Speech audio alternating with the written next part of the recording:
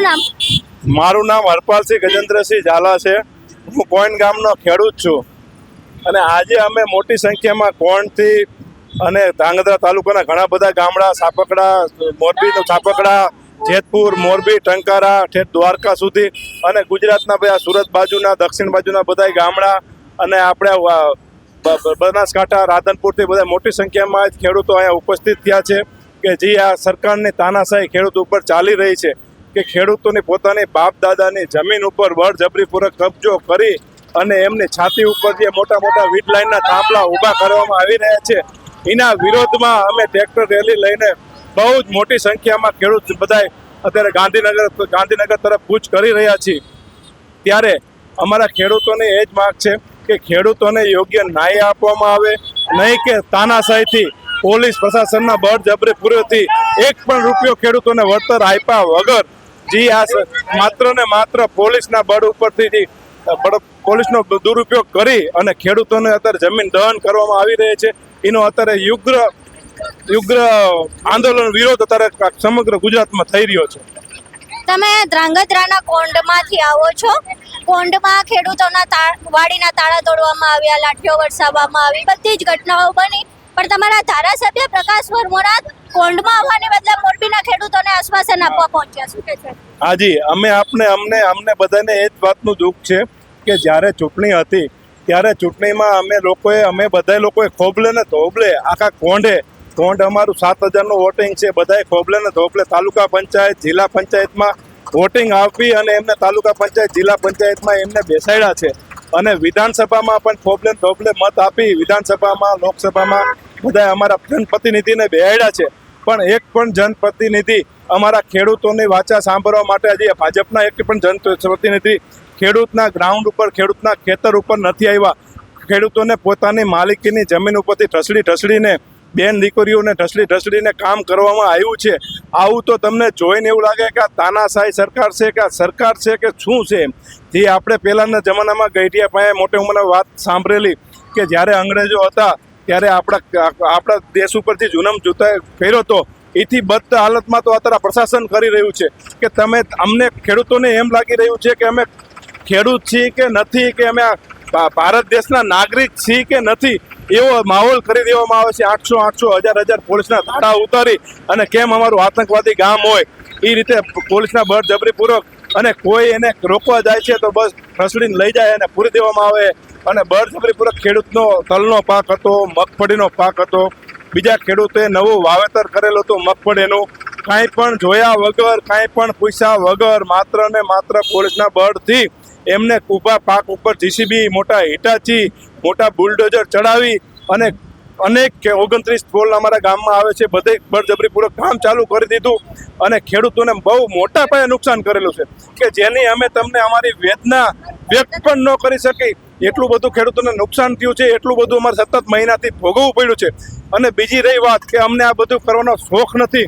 અમારે અત્યારે અહીંયા વાવણીનો ટાઈમ છે, અમારે અત્યારે નવું બિયારણ વાવશું નહીં તો અમે આખી સિઝન હારી જશું, પણ એ અમને કામ કરવા દેવામાં આવતું નથી. માત્ર જ પોલીસના ધાડાએ ઉતારી અને એમનું જ કામ ચાલુ કરવામાં આવ્યું છે અને એમને તો એ જ છે કે એમનો ધ્યેય એ જ છે કે ખેડૂતને કંઈક પણ રૂપિયો આપ્યા વગર એમને મોટા વિસ્તારના લાઈન નાખી અને એમને કમાણી કરવી. આજે કિસાન યાત્રા જે કાઢવામાં આવી છે, છેલ્લી માંગ શું છે, અલ્ટિમેટમ શું છે? ખેડૂતોની એક અલ્ટિમેટમ છે કે ખેડૂતોને ઉલ્લુ બનાવવાનું બંધ કરી વળતરના નામે જે સર્વે કરી ખોટા આશ્વાસન આપી અને કામ એમને કઢાઈ લેવું છે એ બંધ કરે.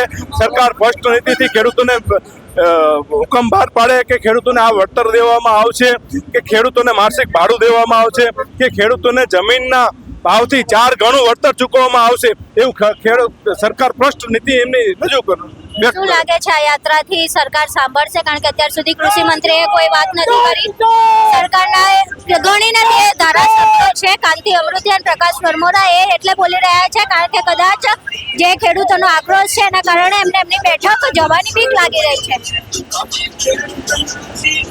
બાકી કોઈ પણ ધારાસભ્ય જે છે એ બોલતા નથી, કૃષિ મંત્રીનું મોઢું સિવાય ગયું છે. શું કહે?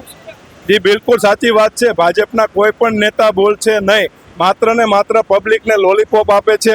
એમને ખબર હતી કે 15 તારીખે રેલી મોટી થવાની છે એટલે મીડિયા સમક્ષ આવી પબ્લિકને ખોટું આશ્વાસન આપે છે ભાઈ પબ્લિકને આશ્વાસન નથી જોતું, તમે એનું રિઝલ્ટ લાવીને દો કે તમે ખેડૂતોને શું યોગ્ય વળતર આપશો, કે ખેડૂતોને અત્યારે તમે દુર્દશા થઈ રહી છે ત્યારે તમને જ્યારે મત લેવા હોય તો હાલો અમારી આબરૂ રાખી લેજો, અમારું માન રાખી લેજો, અમારી હામું જોજો. તમે રોજ એને અડધી રાતે અમારા ઘરના દરવાજા ખટખટાવજો, તમારે કોઈ બી કામ હશે તમે અડધી રાતે ઊભા હશું. પણ અત્યારે તમામ ખેડૂતને જરૂર છે, તમામ ખેડૂતના બૈરાને લાઠીચાર્જ કરવામાં આવે છે, તે ક્યાં ગયા છે એ લોકો નથી જોતા. પણ અત્યારે આ લોકોના તો બધાના મોઢા સીવાઈ ગયા છે અને બધાને અત્યારે ઉપરથી કહી દેવામાં આવ્યું છે અને બધાના હવાના ખીચા ભરાઈ ગયા છે. યોગ્ય વળતરની માંગ છે. સરકાર અમને યોગ્ય વળતર આપતી નથી. જોરપૂર્વક અમારા ખેતરમાં આવી અને કાર્ય કરે છે. શું લાગે છે આ યાત્રા સફળ થશે? તમે ગાંધીનગર સુધી કૂચ તો કરી છે, પણ એ બેરી સરકાર સાંભળશે? અમને નથી લાગતું બેરી સરકાર સાંભળે. જો બેરી સરકાર સાંભળે તો સારું છે, નહીંતર હવે પછીનો અમારો કાર્યક્રમ દરેક જે નેતા છે ભાજપના નેતાના ઘરે જઈ અને ત્યાં બેસું. શું નામ તમારું? ઝાલા મેહુલસિંહ વિક્રમસિંહ. શું કહેશો આ કિસાન યાત્રા? આ કિસાન યાત્રા એક પ્રકારનો ખેડૂતોનો રોષનું પ્રતીક દેખાડે છે કે અમારી કેટલી લાગણી દુભાણી છે. જ્યારે અમારે ગાંધીનગર સુધી આવવું પડ્યું છે આ ખરા સમયે, જ્યારે અમારો વાવણીનો જ સમય છે અને જ્યારે અમારી ખેતીમાં અત્યારે ખેતીનું કામ ચાલી રહ્યું છે, એ સમયે જો આ લોકો અમને અહીંયા સુધી લાંબા કરતા હોય તો આ લોકોની માનસિકતા કેટલી ખરાબ ખેડૂત પ્રત્યેની છે એ સ્પષ્ટ દેખાય છે. કૃષિ મંત્રી એક શબ્દ બોલવા તૈયાર નથી, શું કહેશો? કૃષિ મંત્રીને જે ઉપરથી સૂચના ન હોય ત્યાં સુધી શું બોલે? અત્યારે આ ચાવી મારેલી સરકાર છે, ઉપરથી ચાવીમાં જેટલી ચાવી ભરવામાં આવે એટલું જ રમકડું રમે છે. એટલે કૃષિ મંત્રી નહીં પણ મુખ્યમંત્રી નથી બોલી શકે. કૃષિ મંત્રીનો કેમ આપણે દોષ વ્યક્ત કરવો? શું લાગે છે આજે સાંભળશે ને આજે નહીં સાંભળે તો પછી તમે શું કરશો? હવે આજે સરકાર ન સાંભળે તો અમે સરકાર વિરોધી પ્રવૃત્તિ ચાલુ કરશું અથવા ઉગ્ર આંદોલન ચાલુ કરશું. હવે સરકારને શાનમાં ન સમજે તો બાનમાં સમજાવતા અમને આવડે.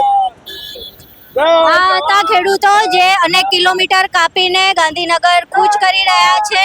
અત્યારે 45-50 ડિગ્રી તાપ છે. આ તાપમાં ખેડૂતો ગાંધીનગર જઈ રહ્યા છે અને સ્પષ્ટ ચીમકી આપી છે કે જો સાનમાં નહીં સમજે તો પછી અમે સામદામ દંડ તમામ પગલાં અપનાવવા તૈયાર છીએ. તમામ ખેડૂત આંદોલનની જે અપડેટ છે તે તમામ ખેડૂત આંદોલનની જે અપડેટ છે તે જોવા માટે જોડાયેલા રહો અમારી સાથે ચક્રવાત.